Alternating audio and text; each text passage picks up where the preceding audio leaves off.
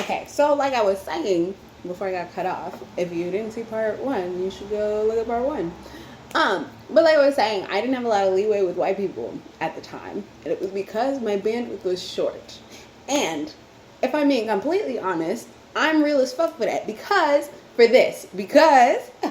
it seems like at the time when my bandwidth got short, the people who got the X first was the descendants of my ancestors' oppressors, and the beneficiaries of my current oppression. Let's speak on it. You know, White people have grace. I'll give them grace. I actually have, right now, I'm at a place where I can give white people grace. I live in rural Connecticut. It's mostly white people here, and I can be cool with people. It's not serious. And also, I am at a place where I'm aware of the fact that white people being like that was kind of inevitable. Like, just the way that the progression of human history happened. Like, it was inevitable that y'all would get fucked up in the head at some point. And it would go to such extremes. Like, not to say that they're not accountable. And not to say that it is okay or forgivable or redeemable or anything. I'm just saying that based off of how we got here in history, like, duh. That's just, anyways. So, like, the fact, like, when I see white people doing the shit that white people do today, I'm like, we're like we're 3 hops and a jump from, like, white people literally eating black people for dinner.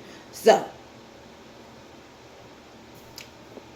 duh, they can't, whatever, I digress.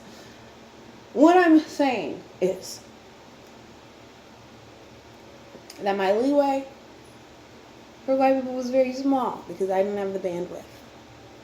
Later on, my leeway for everybody got very small. My leeway for my family got very small. For my friends got very small. For black people, for white people, for people of all color. I said, first of all, if you don't come correct, don't come at all. I can't talk to you. I can't do it. And I also had to deal with me feeling really bad about that because I have a history as a people pleaser. So that in and of itself was a huge hurdle to jump over. But it's been 4 years since 2020, since I kind of shut down. And after actually allowing myself to have boundaries and to shut shit down, after actually saying, no, this isn't okay. I could make excuses for you, but I'm not going to. I did it one time. I did it again. I did it with some close friends. And that shit was very hard. And then I did it again. I did it with some family members. And then I did it again with some community members. And then I did it again with some more family members. And then I did it again with a very, very, very dear friend. And I had people asking me, like, well, shouldn't you have some more grace? Even in this time, it was like, shouldn't you have more grace, especially for black people, because we're trying to cultivate community and relationships. And I was like, you know what? I've had nothing but grace this whole time. It's been 2 years of grace. And at a certain point, I have to draw the line somewhere. And it's going to be right here exactly in front of me. It's not going to be next time anymore because we had about 11 next times. And so with as much love and grace as possible, I'm not talking to y'all people no more. I can't do it. And actually drawing those boundaries and actually maintaining that for myself has brought me to the point where now I didn't know what it was all for. I just felt bad about it this whole time. I just thought I was being a prick. Or that maybe I should have let people step on me just one more time, just to let the relationship live. Maybe I should just blah, blah, blah. But I didn't. I just let it go and felt bad about it. But now I'm sitting here watching a documentary on the economy and I don't have a migraine. Now I'm sitting here and I can read about Sonia Massey. I can hear about Ajike, and I can hold space for them. I can listen to their stories. I can pray and I can mourn. I can grieve again. And I can keep going. Like I could watch it and not like spiral. I could watch it and not get overcome by like, oh my gosh, what do blah blah blah, what world are we living in? What do I need to do? What? It wasn't immediately overthinking everything. And I think that was it. That's what I was getting to at the beginning. Like, I'm not overthinking as much. I've found some more stillness instead of being like, well, should I do this? Should I give people more grace? Should I blah, blah, blah? Should I blah, blah, blah? Am I in the wrong all the goddamn time? Instead of having to think that all the time, I now can just like, sometimes I'll start to do that. I'll be like, and then I'll say, actually, I don't even want to do that. Like, I don't even want to have this whole mental conversation. And then I don't. I just go about my business. And now I think that's like emotional regulation. I think like, because I was prioritizing finding stability for myself and having firm boundaries and finding a way to not like, because it was so back and forth. And I was a very unbalanced, I felt. And I'm a Libra. I can't live like that. So it took me 4 years. Don't get it twisted. This is not like a little short, like, oh, I'm okay. Oh, let me go on a little healing journey. It's been like 3 months and I'm back in the streets. No, for me, I got a Taurus moon. Slow and steady wins the race. But now I'm here and it's been 4 years. And I can regulate my own self well enough. I am stable within my own self well enough. I am secure within my own self well enough that I can communicate with people. I can set my own boundaries. I can keep my space clear and well. I can ask for help when I need it. I can share things with people. We can celebrate together. We can mourn together. We can grieve together. I can be honest and I can be more honest and vulnerable than I have ever been in my entire life, you know. And if it hurts, bro. And I learned how to be okay with that. How to be okay with if the shit hurts, then I'm gonna just be here in pain. You know? And breathe through it, and eventually I'm okay. And that's a major key. That's major. Because now I can manage my own pains and wellnesses and my own everything a little bit well enough. And that I can properly rely on other people and be fed and poured into by other people.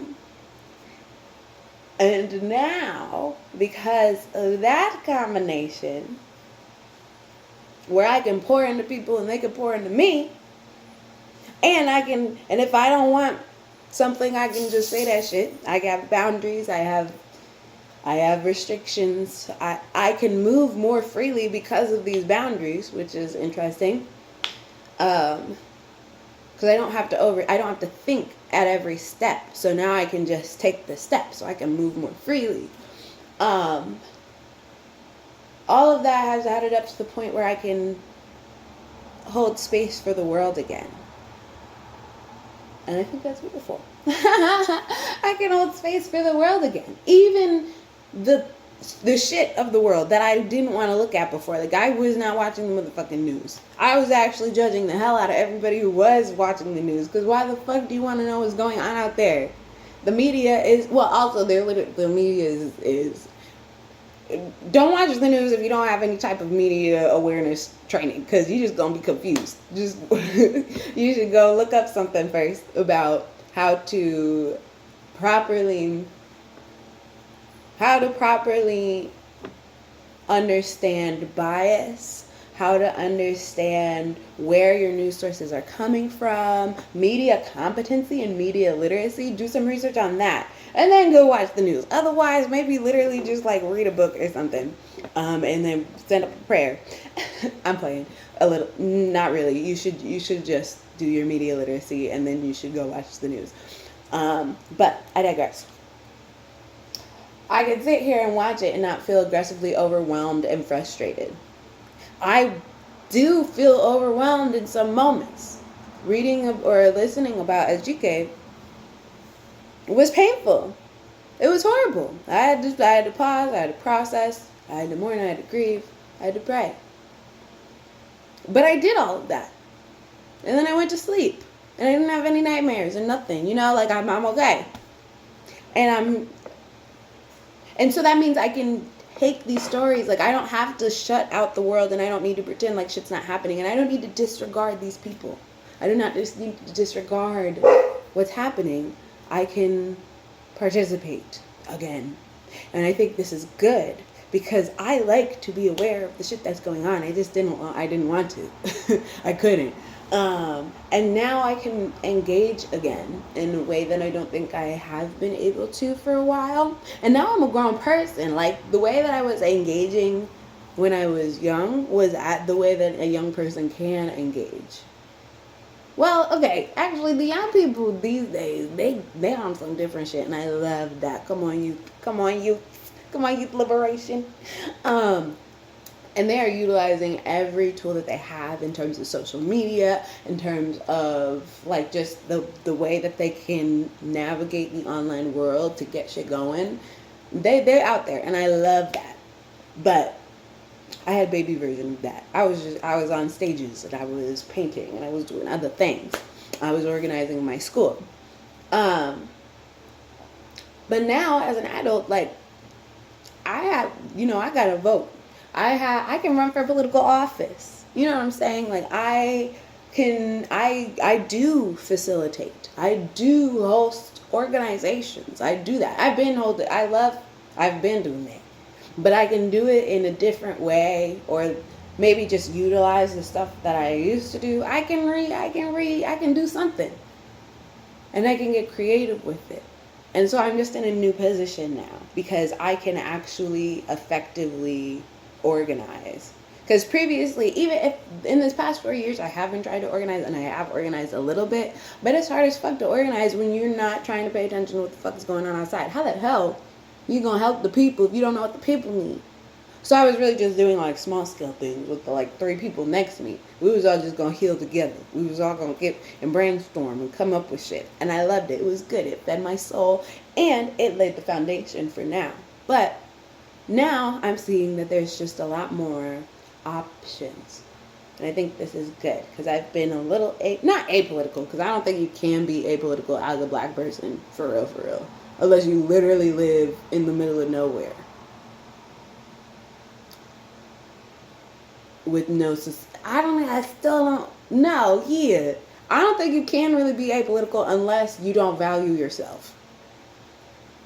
That's the one.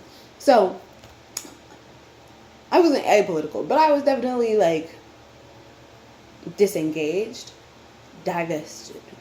And I still like my divestment stance in some areas, but I think I needed to divest completely from some things because I just also I was not in the mental space to do the research for real, to know all of the backstories of everything. So I was cool with doing like a little dive into several things and just keeping it pushing. But now I can properly delve in, I think.